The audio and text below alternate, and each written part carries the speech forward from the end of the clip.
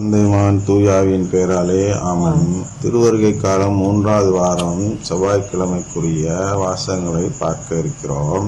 அதில் வேளாண்மையில் என்ற மைய கருத்து என்பது மறு கிறிஸ்துவாக.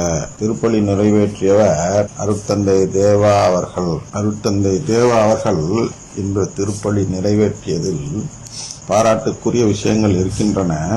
அது என்னென்றால், இன்றைய மறைவுரையில் துளி கூட வளமை நற்செய்தி இல்லாமல் ஒரு மறைவுரை கொடுத்தார்கள். நல்ல தயாரிப்பு.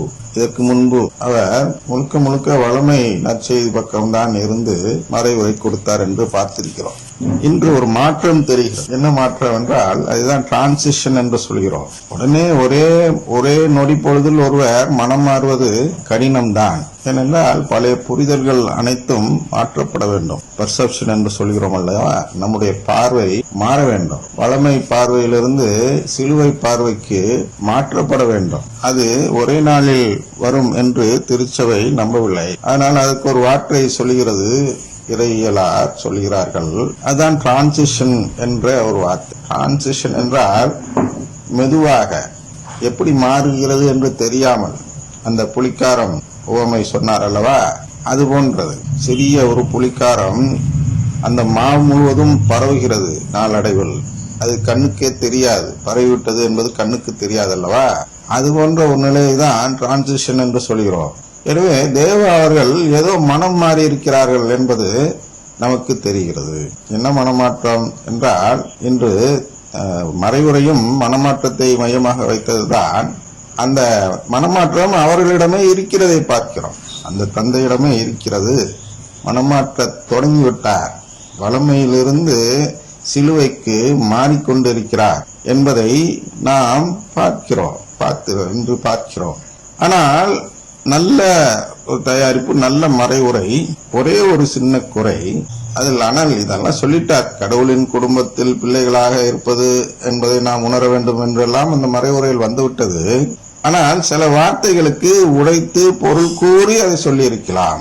உதாரணத்திற்கு, இறை அரசு என்றால் என்ன, கடவுளின் குடும்பம், அப்படி உடைத்து சொன்னால் இன்னும் நன்றாக இருக்கும்.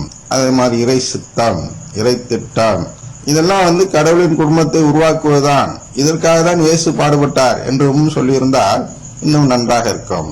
ஆனால் அவர் இறை திட்டத்திற்காக, இறை சித்தத்திற்காக இயேசு பாடுபட்டார் என்று மொட்டையாக சொல்லிவிட்டதால் மக்களுக்கு அந்த திறவுகோல் போட்டு பொருள் எடுத்து விளக்கம் தந்த நிலை வரவில்லை. இந்த மறைவுரையில் பயன்படுத்திய வார்த்தைகள் அனைத்தும் அருமையான வார்த்தைகள், ஆனால் பலன் கிடைக்கவில்லை. இன்று பல லட்சம் பேர் இதை பார்த்திருப்பார்கள், இந்த திருப்பலியை.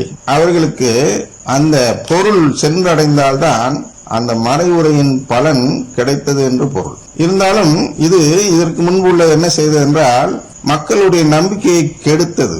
அதாவது மக்களை வளமை பக்கம் திசை திருப்பியது. ஆனால் இன்று அந்த கெடுக்கிற செயலை அவர் செய்யவில்லை. அதையே பலனுள்ளதாக சிலுவை பக்கம் இதெல்லாம் சொல்லி விளக்கம் தந்திருந்தால் சிலுவை பக்கம் மக்களை அழைத்து வரலாம். ஒரு உதாரணத்துக்கு, இயேசு என்று சொல்கிறார், ஆண்டவர் இயேசு என்றெல்லாம் சொல்லும் பொழுது, உங்களால் உடைத்து நற்கருணை ஆண்டவர் இயேசு என்று சொல்ல முடியவில்லை என்றாலும் ஒவ்வொரு குருக்களும் என்ன செய்யலாம் மறைவுரை கொடுக்கும் பொழுது என்றால், இயேசு என்று சொல்லும் பொழுதெல்லாம் பேழையை கையை காட்டி சொன்னாலே அங்கே முழுமையான ஒரு மறைவுரை கொடுக்கப்பட்ட நிலை வந்து விடுகிறது. இயேசு என்றாலே நம் மனதில் அந்த நற்கருணை ஆண்டவர் பேழையில் இருப்பது ஞாபகத்துக்கு வந்து விட வேண்டும்.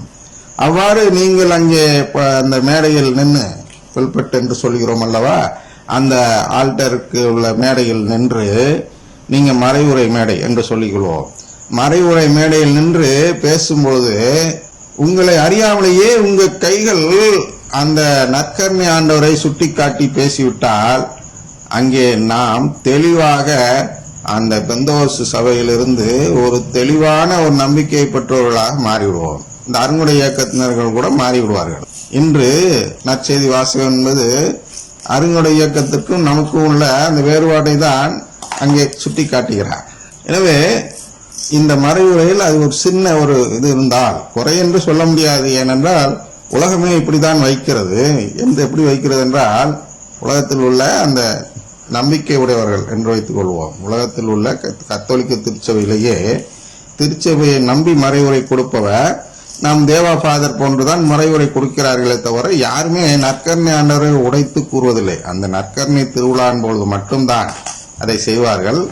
அதுபோன்று அந்த திருப்பலி முடிவில் நற்கருணை தூக்கி வைத்துவிட்டு பேசும்பொழுது தங்கள் மறைவுரையை அதோடு ஒப்பிட்டு அதோட லிங்க் பண்ணி அமைத்து ஒட்டு அப்படி என்ன தெரியவில்லை, அதை அதோடு சேர்த்து அந்த கருத்துக்களை அதோடு சேர்த்து இவர்தான் அதை சொன்னவர் என்று சொல்வார்கள். ஆனால் அதையே நீங்கள் மறைவுரை கொடுக்கும் பொழுதும் நற்கருணை பேழையை காட்டி காட்டி இயேசு என்ற வார்த்தை வரும்பொழுதெல்லாம் நற்கருணை பேழையை காட்டுவீர்கள் என்றால் இன்னும் மக்களுக்கு நீங்கள் எடுத்து சொல்லவில்லை என்றாலும் மக்களாக அதை புரிந்து கொள்வார்கள். அதனால் இன்னும் கொஞ்சம் நம்பிக்கை பெறும் நிலை நம் தேவ அருட்தந்தை அவர்கள் பெற வேண்டும் என்று வேண்டிக் கொண்டு நாம் இன்றைய வாசகத்திற்குள் செல்வோம். முதல் வாசகம் என்பது செப்பனியா நூலில் இருந்து வாசகம். இது 3வது அதிகாரம் 1 முதல் 13 வரை உள்ள வாசகங்களில் இருந்து எடுக்கப்பட்டிருக்கிறது.